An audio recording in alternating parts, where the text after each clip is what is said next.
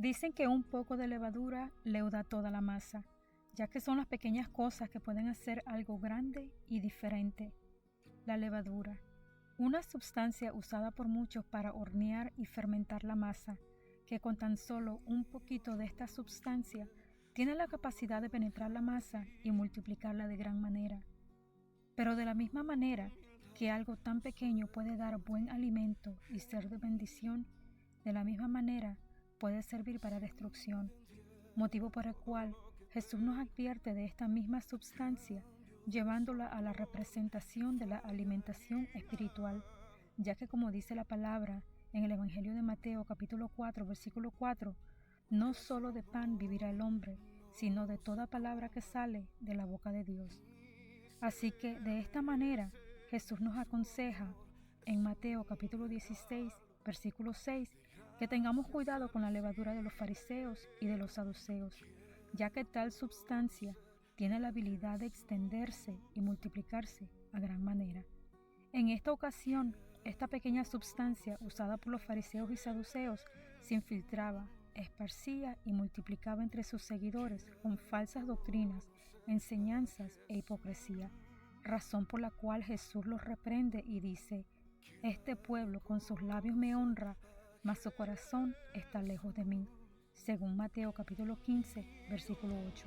Algunos intérpretes de la Biblia han comparado la parábola de la levadura con la parábola de semilla de mostaza para ilustrar cómo algo pequeño puede dar grandes resultados. En esta ilustración vemos cómo Jesús y un pequeño grupo de discípulos comprometidos comenzaron algo tan pequeño y tan sencillo del reino de Dios y logran desarrollarlo y extenderlo al reino visible a través de los tiempos. Sin embargo, su gran tamaño e influencia también atrajo las aves del cielo, los cuales realmente son impostores malvados que quitan la semilla de la verdad, como se nos dice en el Evangelio de Mateo capítulo 13, versículo 4. Y mientras sembraba, parte de la semilla cayó junto al camino, y vinieron las aves y la comieron. Y en el versículo 19, Jesús nos explica y dice: oíd. Cuando alguno oye la palabra del reino y no la entiende, viene el malo y arrebata lo que fue sembrado en su corazón. Una comparación con el solo hecho de mostrarnos cómo algo pequeño puede obrar para bien o para mal. En estas parábolas vemos cómo el mal finalmente intenta introducirse en el reino visible de Dios, como lo es la iglesia, la comunidad de los verdaderos seguidores de Cristo aquí en la tierra. La levadura, a pesar de ser una pequeña sustancia usada en porciones pequeñas, esta puede crecer, multiplicar y expandirse a gran manera, como la Gran Babilonia, que se nos dice en el libro de Apocalipsis capítulo 18, versículo 2, una habitación de demonios y guarida de todo espíritu inmundo y albergue de toda ave inmunda y aborrecible. Cabe enfatizar que el nombre de Babilonia es el equivalente griego de la palabra hebrea Babel, la cual se deriva del hebreo Balal, que significa confundir o confusión. Babel del Antiguo Testamento simboliza el orgullo humano, la falsa religión, doctrina y enseñanza y toda rebelión en contra de Dios. Esta gran Babilonia es la representación de la iglesia apóstata, infiel y rebelde que con un poco de levadura leudó toda la masa. Por lo tanto, la decadencia espiritual se infiltró en ella y la mayoría de las 7 iglesias. Motivo por lo que los intérpretes de la Biblia consideran que la levadura representa la presencia del mal o impureza, que hace que algo sea fermentado o se vuelva corrupto.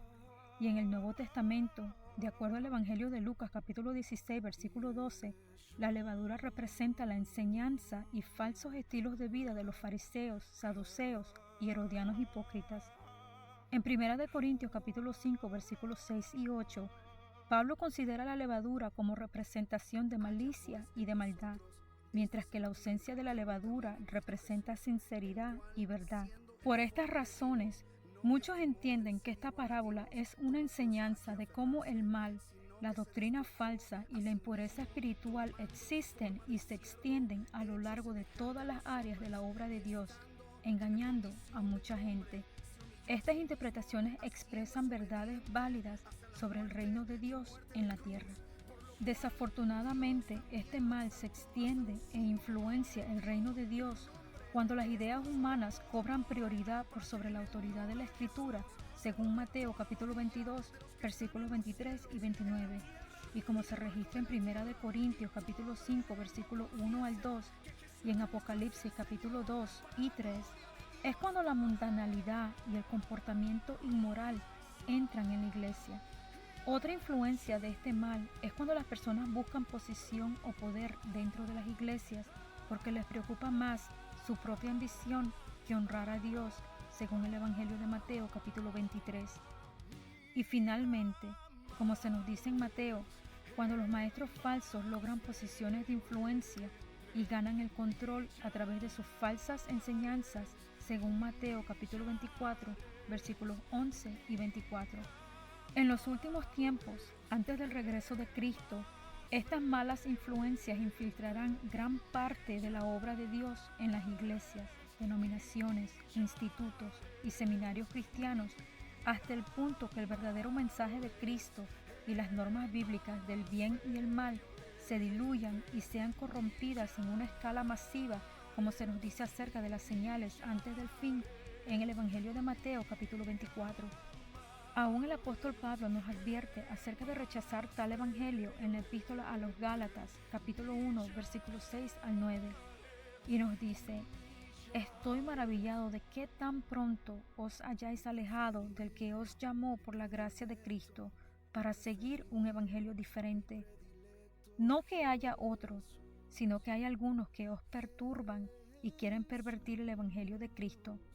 Mas si aún nosotros o un ángel del cielo os anunciare otro evangelio diferente de que os hemos anunciado, sea anatema.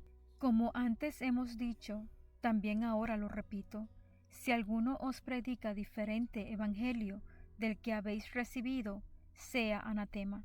Así que te animo a que mantengamos nuestros ojos centrados fielmente en Jesús y sus enseñanzas a través de la Biblia, y poder así guardar la esperanza bienaventurada y la manifestación gloriosa de nuestro gran Dios y Salvador Jesucristo, como se nos dice en la epístola a Tito capítulo 2, versículo 13. Cada cristiano debe tener cuidado de que la levadura del mal no entre en su propia vida.